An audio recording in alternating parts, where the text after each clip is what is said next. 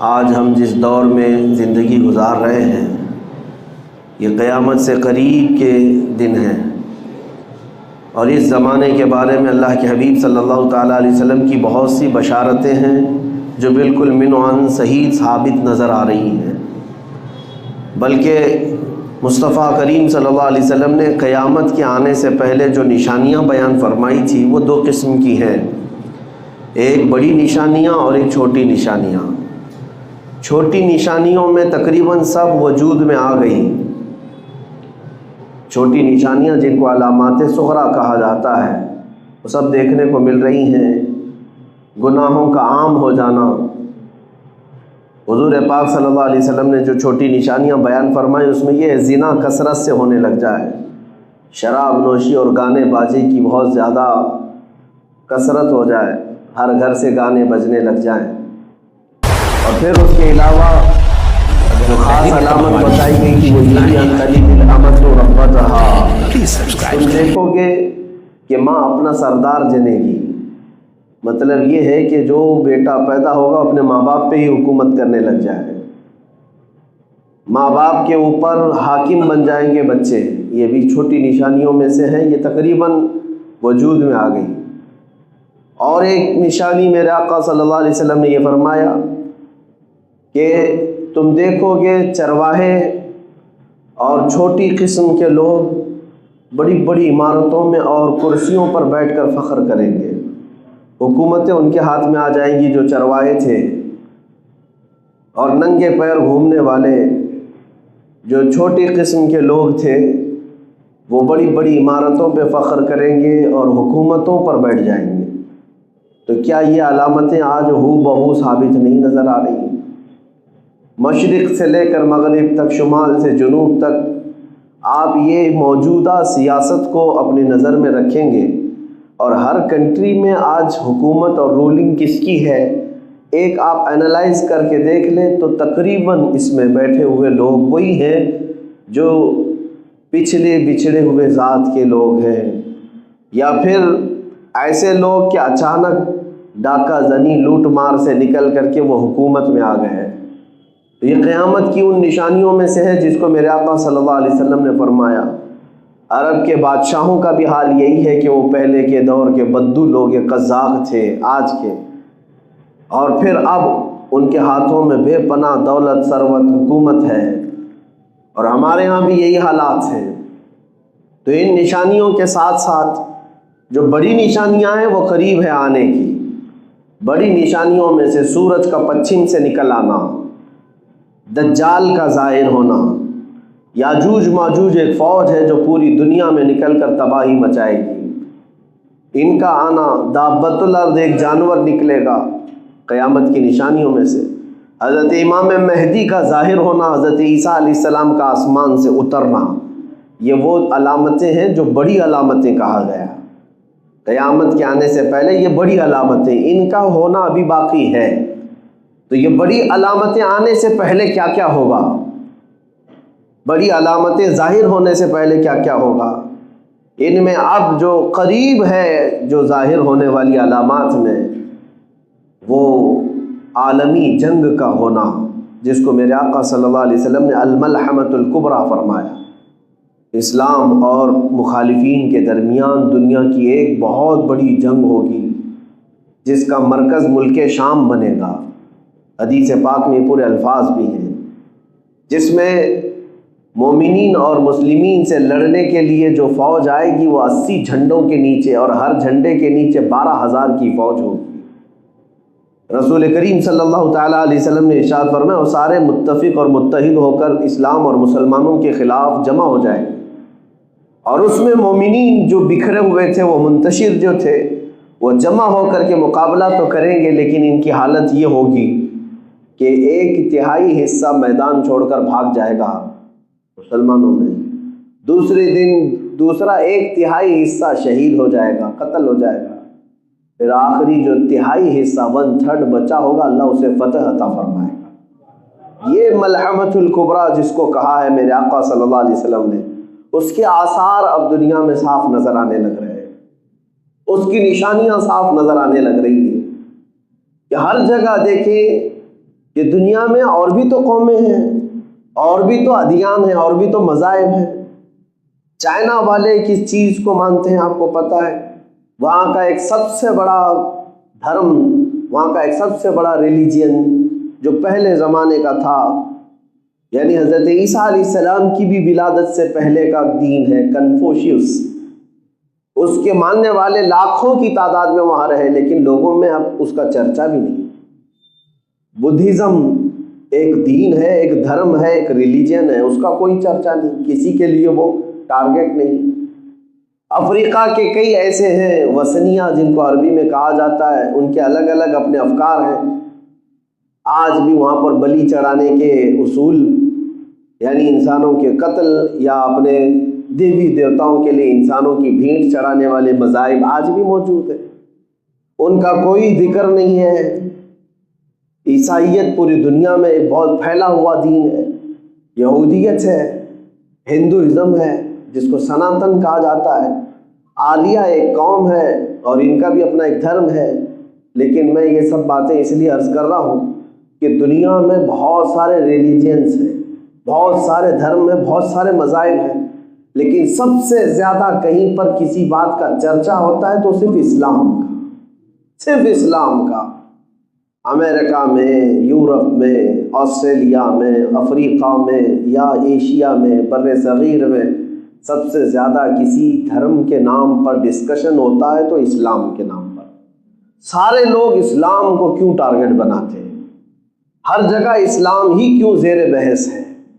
ہر جگہ مسلمان ہی کیوں ٹارگٹ میں ہیں؟ اور ہر جگہ مسلمانوں کے معاملات ہی کیوں بحث کے میدان میں آتے ہیں؟ ہمارے یہاں خود دیکھ لیں آپ، میڈیا کے پاس اس سے بہتر مدعا کچھ ہے ہی نہیں۔ 24 گھنٹے ان کے ڈیسک پر اگر کوئی ہاٹ ٹاپک پر گفتگو ہوتی ہے تو اسلام ہے، اور اسلام کو اس طرح سے کریدا جاتا ہے جیسے ایک ایک کپڑے کے تار کو نکال نکال کر کے اس پر بحث کی جائے، یہ بٹن ہے، یہ آستین ہے، یہ پائنچا ہے، یہ فلاں ہے، تو اسلام کے ایک ایک چیز پر یہ حلال ہے، یہ برقع ہے، یہ اذان ہے، یہ اذان کے الفاظ میں یہ ہے، یہ نماز کے رکوع میں یہ ہے، سجدے میں یہ ہے، ان کے کلمے میں ورڈ یہ ہے۔ اتنی چیزوں پر بحث کسی دھرم کے متعلق نہیں کی جاتی جتنا اسلام کے متعلق ہے۔ کیوں؟ اسلام پورے دنیا کا ایک ٹارگٹ کیوں بنا ہوا ہے؟ ساری دنیا اسی کو زیر بحث کیوں لاتی ہے؟ موضوع یہی کیوں ہے؟ تو میرے عزیزوں، کچھ تو آپ کو بھی یہ ذہن استعمال کرنا چاہیے، کوڑھیوں کا کوئی حسد کرنے والا نہیں ہوتا، کوڑھ کی بیماری والے سے کوئی حسد نہیں کرتا، حسد جو ہے حسن والے سے ہی کیا جاتا ہے۔ تکلیف کسی سے ہے، لوگوں کو جلن کسی سے ہے تو حسن والے سے ہی ہے۔ تو بات تو اتنی سمجھ میں آئی کہ بہت زیادہ اگر ہم موضوع بحث ہیں تو کچھ تو حسن کی بات ہے۔ اسلام سے کوئی تو ایسی بات ہے جس کی وجہ سے یہ سارے لوگ اس پر ڈسکشن کرتے ہیں۔ میں وہ حقیقت آپ کے سامنے رکھنا چاہتا ہوں میرے عزیزوں، یہ میرا چیلنج ہے پوری دنیا میں، جو اسلام کے اندر روحانیت ہے، جو مسلمانوں کا آخرت سے تعلق ہے، اللہ رب العزت کی بارگاہ میں کھڑے ہونے کا تصور ہے، لا کر کے دکھاؤ۔ کسی دھرم میں، کسی دین میں یہ چیز نہیں مل سکتی، اس لیے کہ اسلام کو پوری دنیا میں تم ہزار موضوع بحث بناؤ، لیکن اسلام میں آنے والا جو اپنے اندر فیلنگ محسوس کرتا ہے وہ دنیا میں کہیں محسوس نہیں کر سکتا، کہیں نہیں۔ کیوں؟ آج آپ مسجد میں آئے ہیں جمعہ کے لیے اتنی کثیر تعداد میں، مجھے بتاؤ کیا امام تمہیں گھر سے لانے گیا تھا، یا مؤذن تمہارا ہاتھ پکڑ کر کے یہاں لایا ہے، یا کوئی ایسا بادشاہ ہے جو تمہیں ڈنڈا مار کر کے گھر سے بھیجا ہے؟ کون ہے؟ کس نے تمہیں بھیجا یہاں پر؟ لیکن جمعہ کی ادھر اذان کی آواز آتی ہے کہ دوڑے دوڑے بھاگے چلے آتے۔ یہ کون سا خوف تمہارے سینے پر ہے؟ نہ بادشاہ کا ڈر ہے، نہ امام کا ہے، نہ مؤذن کا ہے، نہ وقت کے کسی سیٹ کا ہے۔ تم خود ہی یہ جو مسجدوں کی صفوں میں کھڑے ہوتے ہو، یہی جو تعلق باللہ ہے، اللہ سے جو تعلق ہے، یہ کہیں پر بھی مل نہیں سکتا، یہ کہیں نہیں مل سکتا۔ یہ آج بھی نہیں بلکہ ہر زمانے میں مسلمان اگر کسی بات پر متحد رہے، وہ اپنے رب ذوالجلال کے سے تعلق اور مصطفیٰ کریم کی محبت پر متحد و متفق رہے، اور یہی وہ طاقت ہے جس کو دنیا چاہتی ہے کہ ختم کر دیا جائے. یعنی ایک سروے کے مطابق دنیا کا ایک بہت بڑا امیر آدمی، میں نام ذکر نہیں کرتا بلکہ دنیا کے سب سے زیادہ امیروں میں ایک نام ہے، اس نے سروے کروایا تھا کہ انسان کتنے قسم کے ہیں دنیا میں. تو انسانوں کی 3 قسمیں اس میں شمار کی گئی. ایک وہ لوگ ہیں جن کو دھرم سے کوئی تعلق ہی نہیں، یعنی وہ دھرم کو مانتے ہی نہیں، وہ ایتھیسٹ ہے. وہ صرف اور صرف انجوائے کرنا چاہتے ہیں لائف میں. یہاں پر وہ ان کی تعداد کتنی ہے وہ بھی سروے میں آیا.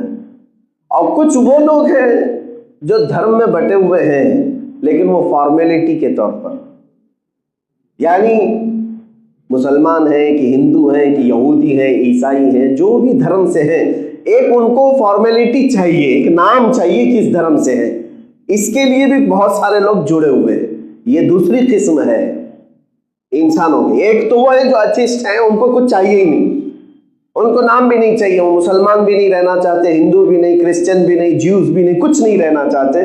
وہ انجوائے کرنا چاہتے ہیں دنیا میں، بس لائف گزارو اور چلے جاؤ. ایک قسم یہ انسانوں کی. دوسری قسم ایسی ہے وہ دھارمک تو ہے، یعنی مذہب تو ہے لیکن فارمیلٹی کے اعتبار سے بس نام. مسلمان ہے تو مسلمان، بس نکاح میں مسلمان رہے گا، جمعہ میں رہے گا، عید میں رہے گا، یا اپنے گھر کی کسی اوکیشن میں اس طرح سے وہ اپنے دین کو، دھرم کو وہاں پر عمل میں لائے گا. یہ فارمیلٹی والے. اسی طرح ہندوؤں میں بھی کبھی کبھار گھنٹی بجا کر کے آ جائے گا، ہولی دیوالی میں وہ ہندو نظر آئے گا. کرسچنوں میں بھی ایسے بہت سارے ہیں. تو یہ دوسری قسم ہو گئی. اور تیسری قسم ہے انسانوں کی. تو وہ جس نے ریسرچ کیا یا سروے کیا وہ کہتا ہے کہ انسانوں میں یہ لوگ ہیں، دے آر ویری ڈینجرس، سب سے زیادہ خطرناک لوگ ہیں یہ. کہا کہ وہ کون لوگ ہیں؟ کہتے ہیں ایک قسم دنیا میں ایسی ہے جو صرف دھارمک نہیں بلکہ وہ اپنے دین کے لیے جان بھی دینے کو تیار ہوتے ہیں، مرنے کے لیے بھی تیار ہوتے ہیں، مارنے کے لیے بھی تیار ہوتے ہیں. اور یہ کتنے ہیں؟ یعنی تقریباً 600 کروڑ کی آبادی میں یا 700 کروڑ کے قریب کی آبادی میں پورے ورلڈ کی. اس نے جو سروے کیا اور کہا کہ تقریباً 200 کروڑ یا 100 سے 200 کروڑ کے بیچ ایسے لوگ ہیں جو ایتھیسٹ ہو گئے ابھی فی الحال. وہ کسی دھرم اور دین سے تعلق نہیں رکھ رہے. اور تقریباً 500 کروڑ کے قریب لوگ ایسے ہیں، 500 کروڑ کے قریب لوگ ایسے ہیں جو دھارمک ہیں، کسی نہ کسی ریلیجن سے ان کا تعلق ہے، کسی نہ کسی دھرم سے ان کا تعلق ہے، لیکن وہ فارمیلٹی والے لوگ ہیں. اور پھر کہا پوری دنیا بھر میں 50 کروڑ یا 100 کروڑ لوگ بھی نہیں ہوتے جو پورے کے پورے دھرم سے تعلق رکھتے ہیں، پورے کے طور پر یعنی مذہبی ہیں. جیسے اس میں علماء ہیں، اس میں پنڈت ہیں، اس میں بہت سارے جو مذہبی لوگ ہیں.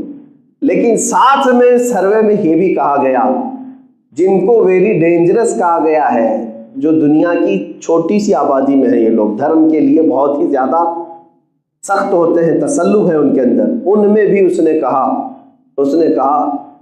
کہ جس میں پورے کے پورے جو لاسٹ والے طبقے میں ہیں 90%، 10% کو چھوڑ کے یہ سارے دین والے لوگوں کی بات ہے، عیسائی بھی ہیں، یہودی بھی ہیں، سب ہیں اس کے اندر جو ویری ریلیجیس ہیں، بہت زیادہ مذہبی ہیں.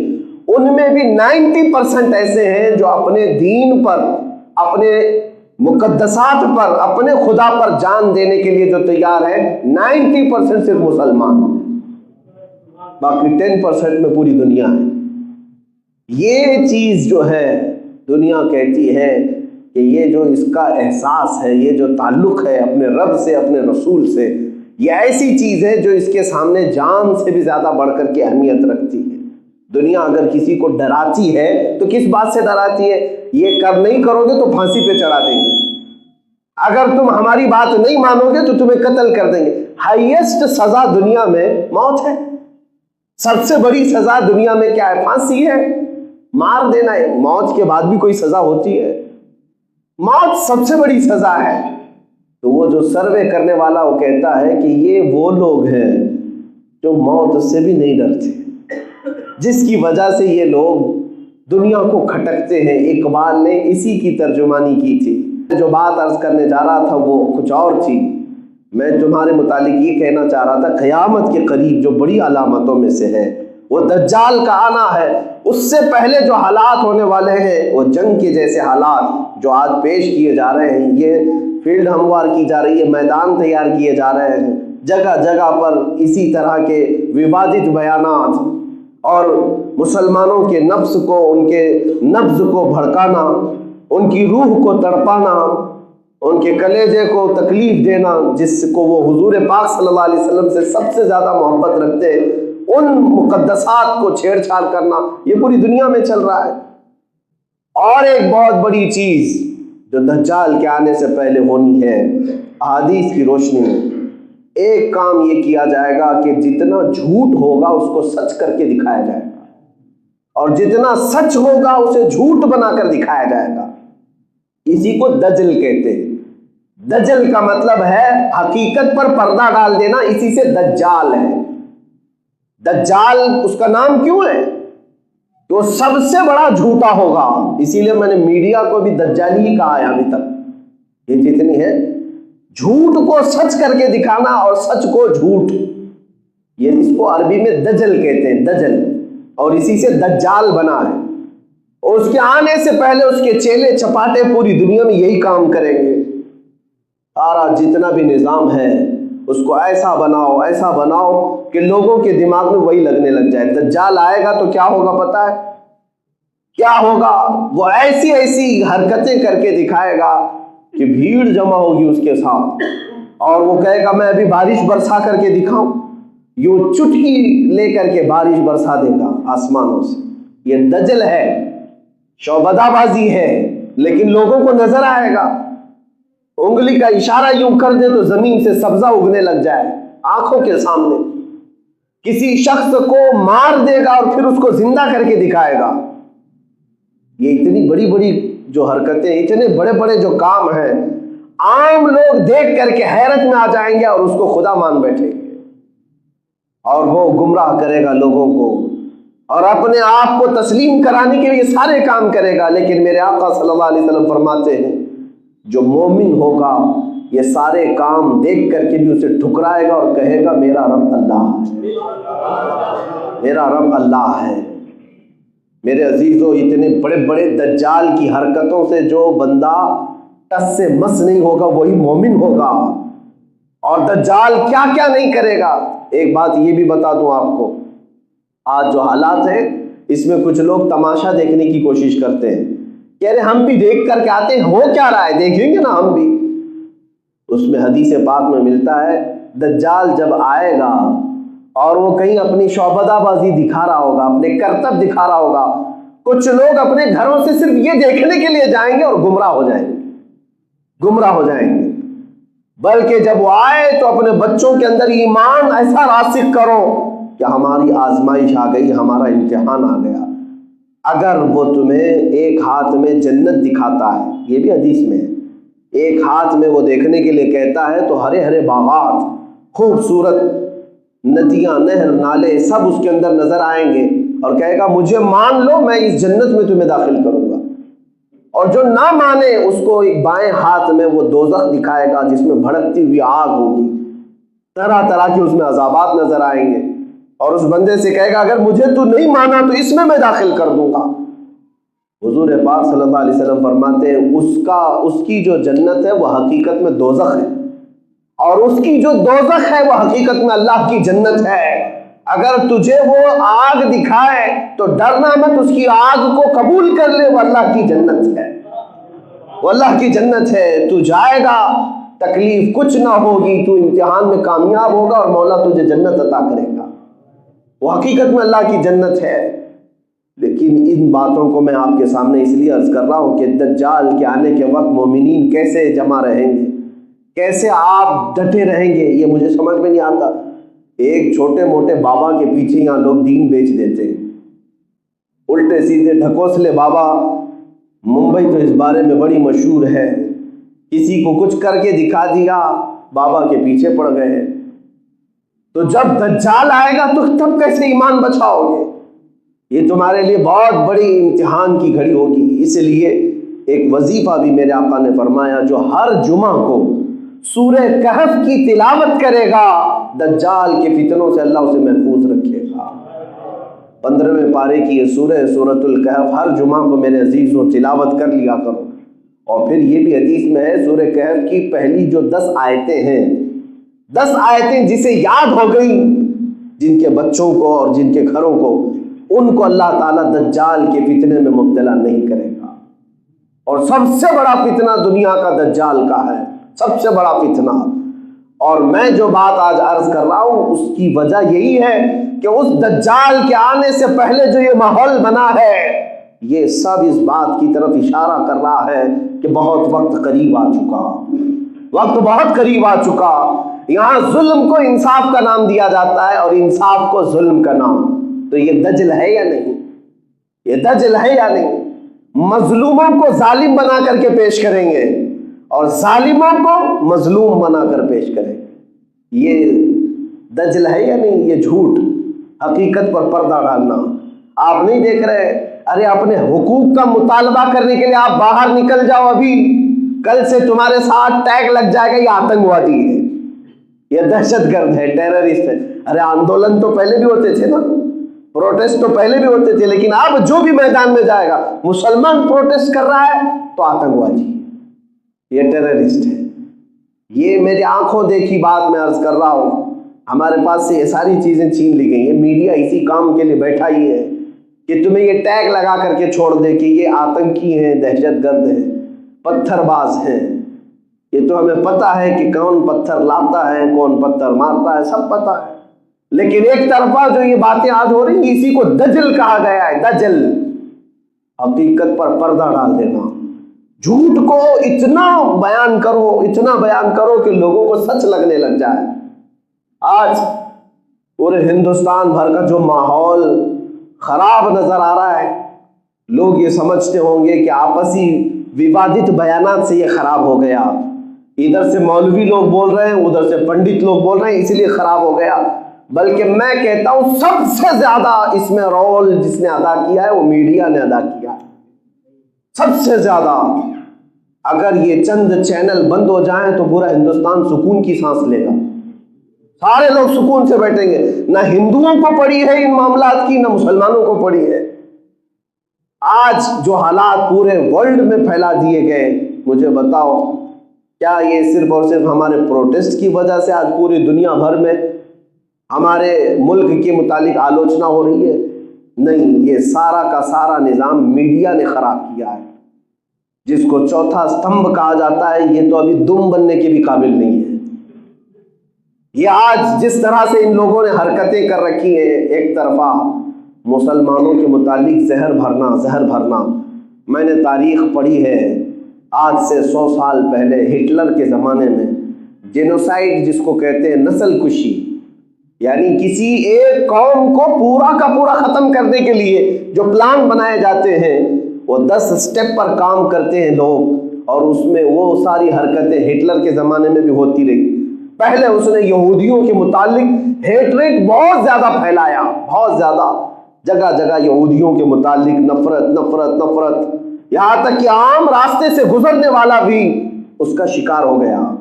آج یہی حرکتیں ہو رہی ہیں۔ نہیں، اتنا بولو کہ ہمارا جو ہندوستان میں رہنے والا سادہ نوجوان ہندو کیوں نہ ہو، وہ دیکھ کر کے ڈرنے لگ جائے، ارے یہ مسلمان ہے، اسی کے بارے میں تو صبح سے سن رہا تھا، کل بھی سن رہا تھا، یہ لوگ مارتے ہیں، یہ لوگ قتل کرتے ہیں، یہ لوگ آتنکی ہوتے ہیں، دہشت گرد ہوتے ہیں۔ بتاؤ ہماری اس امیج کو سب سے زیادہ کس نے خراب کیا؟ یہ صرف اور صرف میڈیا کا رول ہے۔ لوگ کیوں نہیں سمجھتے؟ آج ان گستاخوں کے خلاف تو ہم کھڑے ہیں، لیکن میں کہتا ہوں ان کی گستاخی کو پروموٹ کرنے والے سب سے زیادہ یہ دجالی میڈیا ہے۔ یہ اگر آج ہم نہیں سمجھے تو یہ سب کو سب ایسے نفرت میں، ایسے زہر میں گھول کر کے چلے جائیں گے۔ ان کا کیا ہونا ہے؟ ان کا چینل چل رہا ہے مسلمان کے نام سے، چینل چل رہا ہے مسجد کے نام پر، چینل چل رہا ہے ہمارے مینار ہمارے گنبد کے نام پر۔ دیکھو آپ، ان کی ساری روزی روٹی مسلمانوں کے نام پر ہی چل رہی ہے۔ یہ چھوڑے تو دوسرا مدعا نہیں ہے، یہ دجل ہے، دجل ہے۔ مجھے یہ بات سمجھ میں نہیں آتی، جو حکومت سب کا ساتھ سب کا وکاس کی بات کرتی ہو، یا ڈپارٹمنٹ امن کی بحالی کے لیے ہمیں مشورے دینے آتی ہے کہ مولانا امن قائم رکھو، فساد نہ ہونے پائے، فتنہ نہ ہونے پائے، تو کیا ان کو یہ ساری باتیں نظر نہیں آ رہی ہے؟ میڈیا میں بیٹھے ہوئے لوگ اتنا زہر کیوں پھیلاتے ہیں؟ آپ نے کبھی محسوس کیا کہ انہوں نے چینل میں اپنے وہ بھی چیزیں چلائی، میں ایکس مسلم کیوں بنا؟ ایک پورا شو چلایا جا رہا ہے۔ جو اسلام چھوڑ کر کے گئے ہوئے لوگ ہیں، ایسے ایتھسٹ، ایسے مرتد، ان کو ہاٹ سیٹ پر بٹھا کر کے ان کے ساتھ انٹرویو لیا جاتا ہے۔ آپ نے اسلام کیوں چھوڑا؟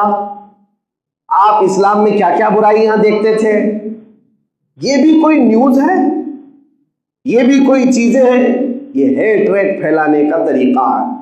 کیا آج تک ان نیوز چینلز پہ آپ نے دیکھا کہ کوئی کرسچینٹی سے بدل کر ہندوازم کو قبول کیا ہو، اس کو لا کر کے مہمان بنایا گیا ہو؟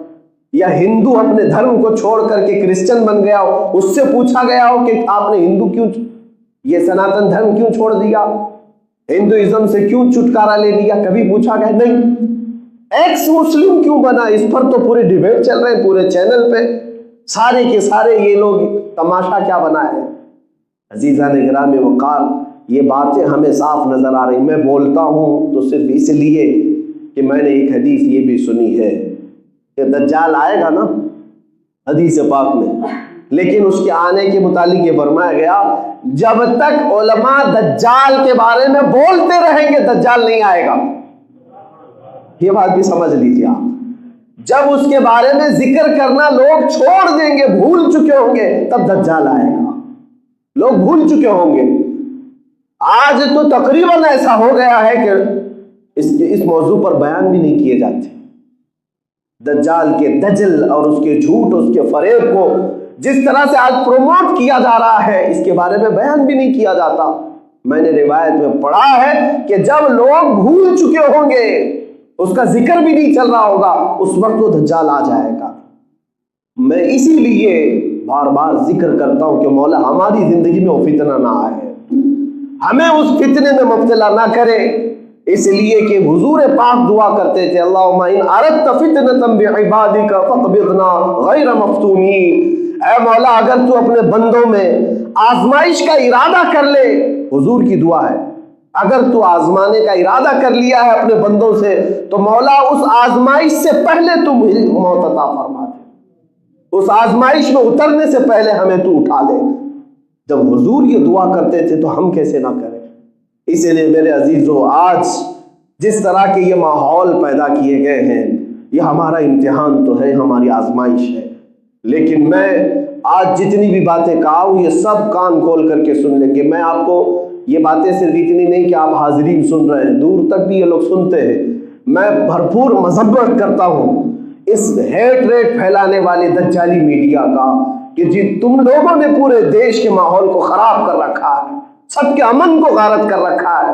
کسی کو اتنی ضرورت نہیں تھی کہ مسجد کے معاملے پر، مندر کے معاملے پر اتنے وواد کھڑے کر دیے جائیں۔ یہاں پر آج لوگوں کے جاب کا مسئلہ ہے، روزی روٹی کا مسئلہ ہے، مہنگائی کا مسئلہ ہے، لوگ اپنے اپنے دکانوں میں جوجھ رہے ہیں، قرضوں میں کتنے لوگ پریشان ہیں، ان کے مداوا کرنے والا کوئی نہیں، ان کے متعلق پوچھنے والا کوئی نہیں۔ آج حقیقت یہ ہے کہ ہماری جی ڈی پی کا حال کیا ہے، ارتھ ویوستھا کا حال کیا ہے، اکنامی کیا سے کیا ہو رہی ہے، پورا انٹرنیشنل ہماری امیج کیا بن رہی، اس سے کوئی غرض نہیں، لیکن یہ ہے کہ یہ چند ظالم ہمیں لڑا کر کے دیش کے ماحول میں آگ لگا کر یہ باہر بیٹھے دیکھتے رہے کہ کیسے لڑ رہے ہیں لوگ، کیسے لڑ رہے ہیں، پتھر بازی عام لوگ کرتے رہے اور یہ وہاں بیٹھ کر کے دیکھتے رہے۔ یہ تمام حالات میں تمام دیش واسیوں سے بھی کہوں گا کہ آج سنبھل جاؤ، یہ ہمارا وطن عزیز ہے جس کو ہمارے پرکھوں نے اپنے خون سے سینچا ہے۔ تمہیں پتہ بھی ہے کہ اس دیش کے لیے کتنی قربانیاں ہوئی ہیں، سبوں کی ہوئی ہیں، سبوں کی قربانیاں، 1 لاکھ سے زیادہ لوگ قتل ہو چکے ہیں، 1.5 لاکھ کے قریب آزاد کرانے کے لیے اس بھارت کو کتنی جانیں گئی ہیں، 30,000 علماء کو درختوں سے لٹکایا گیا تھا، کشمیر سے لے کر دلی تک ہر درخت پر ایک عالم کی لاش بھی نظر آتی تھی۔ یہ ساری قربانیاں ہمیں پتہ ہے، ہم نے تاریخ دیکھی ہے اس دیش کے لیے، اور وہ بھی 1-2 سال کے آندولن پہ نہیں یہ بھارت ہمارا آزاد ہوا۔ 1857 سے لے کر 1947 تقریباً 90 سال کا عرصہ گزر جاتا ہے۔ 90 سال کے سنگھرش کے بعد، سٹرگل کرنے کے بعد جب یہ بھارت ہمیں اس طرح کی کیفیت کے ساتھ آج ملا ہے، تو یہ ظالم دوبارہ اس کو اسی کیفیت میں مبتلا کرنے کی کوشش کر رہے ہیں۔ اس لیے میں آج یہ درد کے ساتھ عرض کرتا ہوں کہ ہمارے پرکھوں اور ہمارے آبا و اجداد کو جو مشقتیں اٹھانی تھی وہ اٹھا کر گئے، تو کیا یہی لڑنے مرنے کے لیے، ایک دوسرے کو کاٹنے کے لیے، کیا اسی خون کے بازار کو گرم کرنے کے لیے؟ اگر کسی کو اپنے اس وطن سے پیار ہے تو یہ اس طرح کی حرکتیں ہونے سے لوگوں کو روکے گا۔ میں حکومت وقت سے بھی کہتا ہوں، ڈپارٹمنٹ سے بھی کہتا ہوں، اگر آپ سیریس ہیں اس میٹر پر تو یہ زہریلا ماحول بنانے والوں کو روک دیا جائے۔ ہم جو بات عرض کرتے ہیں، اگر کچھ لوگوں کو، ظاہر سی بات ہے میڈیا میں آپ جا کر کے دیکھو ان کے ہاں کٹر لوگ کون ہیں، بھڑکاؤ لوگ کون ہیں، مولانا لوگ ہیں، صرف مولانا ہے، اس میں میرا نام کثرت سے لیا جاتا ہے کہ یہ بھڑکاؤ مولانا ہے، بھڑکاؤ مولانا ہے۔ باقی تم حضور کی شان میں گندی گالیاں دو، وہ بھڑکاؤ نہیں ہے، وہ حقیقت بول رہے ہیں ان کے حساب سے، معاذ اللہ۔ ان کے ہاں فریڈم آف ایکسپریشن ہے، حضور کو گالیاں دو، قرآن کو گالیاں دو، اللہ کو گالیاں دو، اسلام کو گالیاں دو، یہ سب فریڈم ہے۔ اور ہم ڈیفنس میں کچھ بات کریں تو یہ بھڑکاؤ، یہی تو دجالی نظام ہے، یہی تو مظلوم کو تم ظالم بنا کر پیش کر رہے ہو، اور ظالموں کو حق کی آواز اٹھانے والا کہہ رہے ہو جو ظالم ہے۔ ایک بات میں آپ کو بتاؤں، اتنے زمانے میں میری تقریریں سننے والے لوگ بھی موجود ہیں، ہمارے پاس بھی اسٹڈی ہے، ہم بھی کئی دھرم اور کئی ادیان، کئی ریلیجین کو پڑھے ہوئے ہیں، ہم نے کبھی وہ تاریخ اٹھا کر کے آج تک رکھی نہیں کہ تاریخ میں فلاں جگہ یہ ہے، رام نے سیتا کے ساتھ کتنی عمر میں شادی کی، کرشنا نے، یہ لکشمن نے کتنی عمر میں اپنی شادیاں کی ہیں۔ یہ سب تاریخ ہم بھی پڑھے ہوئے ہیں، ہم بھی پڑھے ہوئے ہیں۔ ہر ایک کا اپنا فیتھ ہے، ہر ایک کا اپنے دھرم سے لگاؤ ہے، تو کیا ہم ان تمام چیزوں کو ڈیسک پر لے کر کے بیٹھے ہوئے؟ میرے پاس تاریخ ہے، عیسائیوں کے 1-2 نہیں، میں 10 تمہارے سامنے پیش کر کے رکھوں۔ سینٹ آگسٹین، راجا رچرڈ، ہینری، یہ سب وہ نام ہیں جنہوں نے 8 سال کی لڑکیوں سے شادیاں کی ہیں، 7 سال کی لڑکیوں سے۔ تاریخ میں یہ بھی موجود ہے۔ سناتن دھرم جس کو یہ لوگ کہتے ہیں، ان میں بڑے بڑے ان کے پرکھوں کی متعلق میں بتاؤں، 6 سال کی لڑکیوں سے بھی شادی ہے، 10 سال کی لڑکیوں سے بھی شادی ہے۔ وہ زمانہ تھا، اس زمانے میں میچورٹی لڑکیوں کی اس طرح ہو جاتی تھی۔ ہم نے کبھی ان تمام چیزوں پر اعتراض نہیں جتایا، لیکن یہ پوری دنیا کو بیوقوف بناتے ہیں۔ نبی پاک صلی اللہ تعالیٰ علیہ وسلم نے ماں عائشہ صدیقہ سے 9 سال کی عمر میں شادی کی، ایسا کر دیا، بچی سے نکاح کر لیا، بچی سے۔ ظالموں، تمہیں خبر کیا ہے لڑکیوں کے سائیکالوجی کو، ان کی طبیعت کو ہر زمانے میں، ہر موسم میں، ہر علاقے میں الگ الگ انداز سے ڈیفائن کیا گیا ہے۔ تم جس کنویں میں رہتے ہو، مینڈک جو ہے اسی کو پوری دنیا سمجھتی ہے، پتہ ہی نہیں ہے عرب کا موسم کیا ہے، عرب کا ماحول کیا ہے، امریکہ میں میچورٹی کیا ہوتی ہے، افریقہ میں میچورٹی کیا ہوتی ہے۔ آج بھی فرق ہے، آج بھی۔ اگر آج 18 سال کی لڑکی کے لیے یہاں پر ہمارا دیش میچورٹی کا ایک سرٹیفکیٹ دیتا ہے کہ یہ شادی کے لائق لڑکی ہے، تو دوسری کنٹریز کیا پوری دنیا میں 18 سال کی عمر ہے؟ سارے ورلڈ میں 18 سال کی عمر ہے؟ جاؤ آج امریکہ میں، چائنا میں 21 سال کی عمر، 21 سال سے پہلے والی کو نابالغ کہتے ہیں۔ 21 کی اگر عمر نہیں ہے تو نابالغ ہے ان کے ہاں۔ اس کا مطلب یہ ہوا کہ ہندوستان کے جتنے بھی لوگ 19 سال کی لڑکی سے شادی کیے تو چائنا والوں کے نزدیک نابالغ لڑکی سے نکاح کیا۔ ہر ایک زمانے میں، ہر ایک علاقے میں، ہر ایک موسم کی میچورٹی الگ ہے لڑکیوں کی۔ امریکہ میں کچھ ایسے اسٹیٹس ہیں جہاں خود ایک قانون نہیں ہے، ایک قانون پورے جو اسٹیٹس آف امریکہ ہیں USA میں، سب جگہ لڑکیوں کی میچورٹی کی ایک عمر نہیں رکھی گئی۔ بعض جگہ 18 ہے، بعض جگہ 16 ہے، بعض جگہ 20 ہے، الگ الگ ایک دوسرے کا جو یہ اختلاف ہے۔ اور جب ہم پچھلے زمانے میں جائیں تو وہاں پر لڑکیوں کی میچورٹی بہت جلد ہوا کرتی تھی، بہت جلد ہوا کرتی تھی۔ اب یہاں پر موجود بڑے لوگ جو ہیں وہ خود ہی اپنے ماں باپ کی شادی کے بارے میں پوچھ لے، پتہ چل جائے گا۔ اکثر پرانے زمانے میں، ابھی کے ہمارے والدین کے زمانے میں، ہمارے دادا دادی نانا نانیوں کے زمانے میں نکاح کب ہو جاتے تھے، شادیاں کب ہو جاتی تھی، پوچھ لے۔ آج بھی یہ رواج تھا، 14 سال کی لڑکیوں سے شادی ہو جاتی تھی۔ آج بھی راجستھان میں کئی علاقے ایسے ہیں جہاں پر شادی کر دی جاتی ہے 14 سال کی لڑکیوں کی۔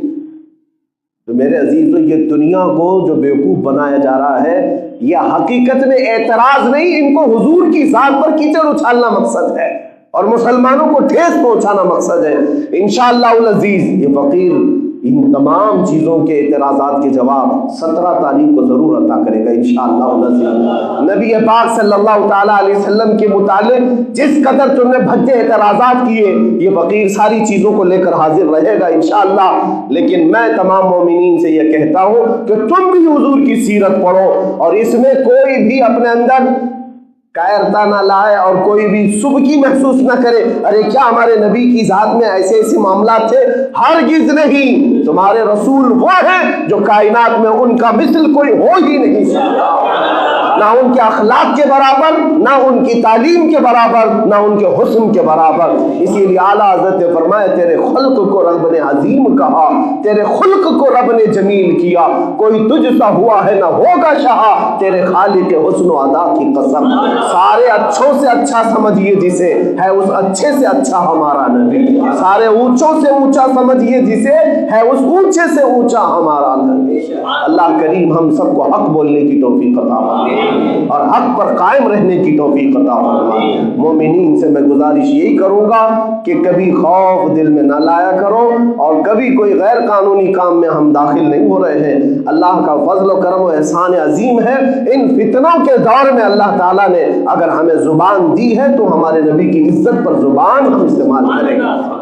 حضور کے دفاع میں، حضور کے ڈیفنس میں جب تک موت نہیں آئے گی ہم بولتے رہیں گے انشاءاللہ العزیز۔ اللہ کریم ہم سب کو دین حق پر اور حضور کے سچے غلاموں کی جماعت میں شامل فرمائے۔ وآخر دعوانا الحمدللہ رب العالمین۔